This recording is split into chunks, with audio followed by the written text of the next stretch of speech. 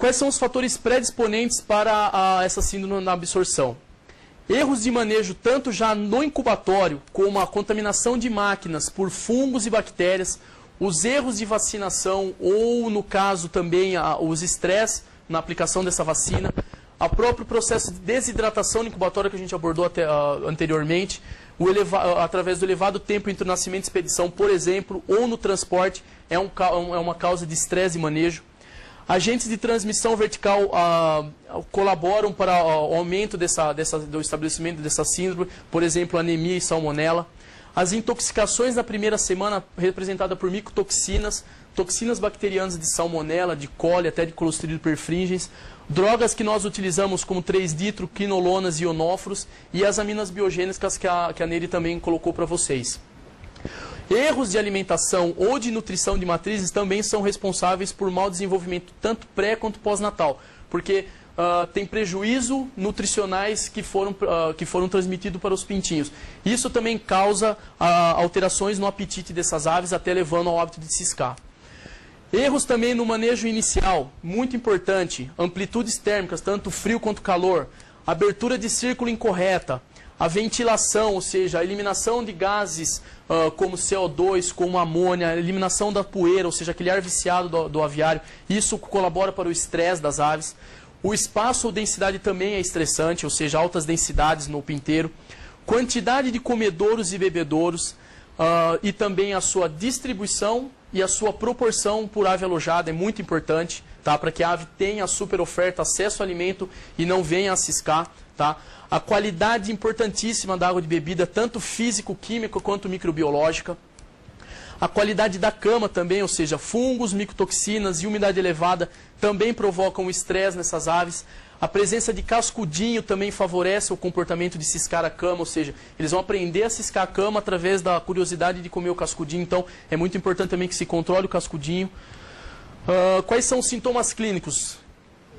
Um monte, N sintomas clínicos, mas aqui eu coloquei alguns para vocês, como por exemplo, queda no ganho de peso, alta desuniformidade do lote, alta taxa de refugagem, alta taxa de descarte dessas aves, amontoamento, alta presença de ciscagem, então, como eu falei para vocês, despigmentação dessas aves por uma piora na qualidade intestinal, o empenamento anormal e passagem de ração nas fezes e diarreia.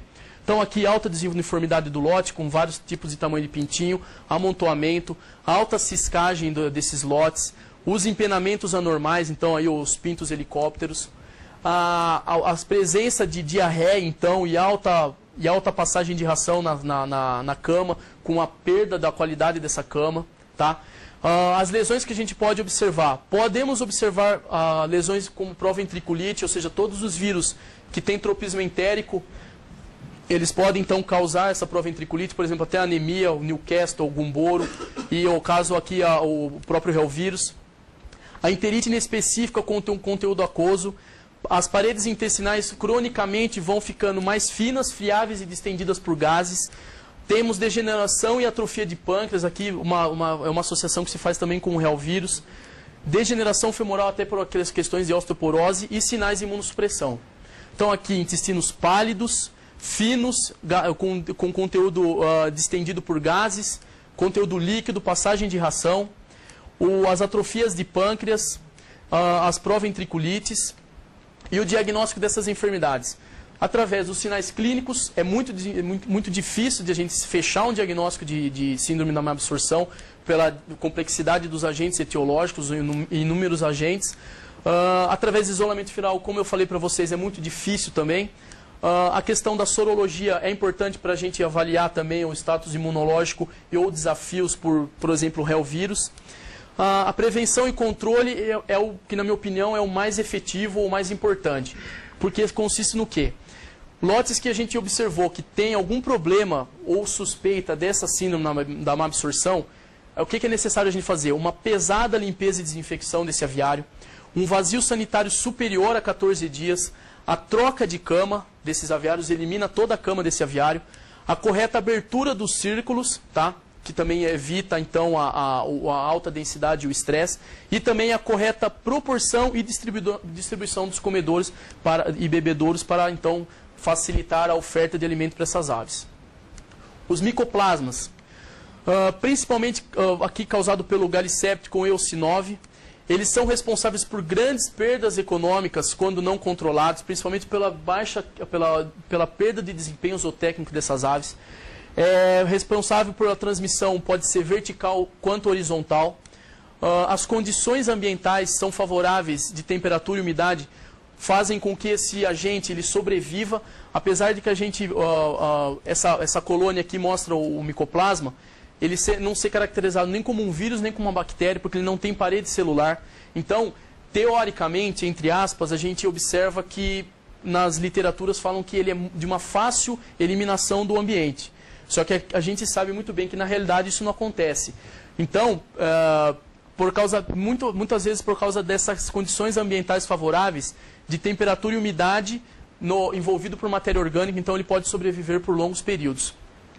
A baixa mortalidade, quando não está associada às infecções secundárias, então a gente tem esse quadro. Os fatores predisponentes para estabelecimento dos sinais clínicos são as situações de estresse e manejo ambiental, as vacinas respiratórias, como por exemplo a bronquite Newcastle.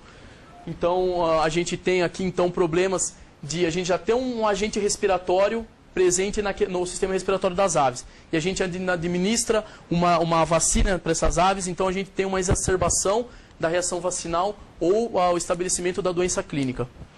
O aparecimento desses sintomas pela transmissão vertical pode aparecer em torno de 6 dias, que seria um período de incubação, ou pela transmissão horizontal através de 15 a 21 dias para o surgimento da doença. Os sintomas clínicos, inicialmente, eles estão confinados ao trato respiratório, representados por ligeira conjuntivite, espirro, corrimento nasal seroso, as dispneias e a famosa ronqueira. Quando a gente tem a doença crônica respiratória complicada, quando a gente tem então o envolvimento de coli, a gente vai ter então formação de fibrina nesses sacos aéreos e até a morte por sufocamento dessas aves, se elas não morrerem antes. E infecções inaparentes ou crônicas são as mais comuns e as mais preocupantes devido aos prejuízos econômicos causados por essa doença. Então, a significância clínica dela é mais em termos de desempenho zootécnico, por isso que é sempre preconizado até pelo Ministério adquirir pintos livres de micoplasma, ou seja, aves matrizes livres de micoplasma. Então aqui, corrimento nasal, diferentes estágios de aerossaculite, então aqui com o envolvimento da Escherichia coli através da deposição de fibrina.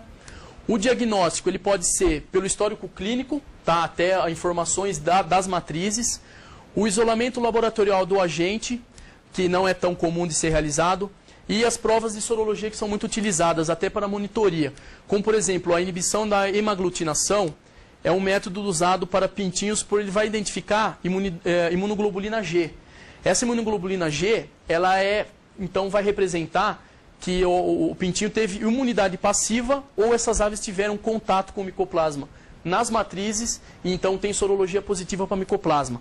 Se a gente utiliza a soroaglutinação rápida nessa primeira idade do pintinho, nós não vamos conseguir observar, a gente pode ter D negativo, não pode soroaglutinar nada. Porque principalmente causa respostas por IgM, que é um anticorpo, uma imunoglobulina que vai ser formada em torno de 5 a 6 dias após a infecção e que não são transmitidos maternalmente. Então, para monitoria de pintinho, é utilizado o HI. O ELISA também detecta IgG no primeiro dia de vida, também podendo ser usado. E a soroaglutinação rápida ela pode ser utilizada porque ele é bem mais barato e rápido de ser feito, então pode funcionar como uma monitoria de triagem. Então, como ele é pouco específico, se a gente começar a observar a soroaglutinação, podem ser um falso positivo, então a gente pode então aprofundar a investigação através de ELISA, HI e PCR. Os tratamentos, é sempre bom reforçar a questão do tratamento, porque ele não elimina o agente, porém ele vai diminuir a sua eliminação no ambiente, tá? Ele reduz a transmissão horizontal entre as aves. Ele vai suprimir os sinais clínicos respiratórios.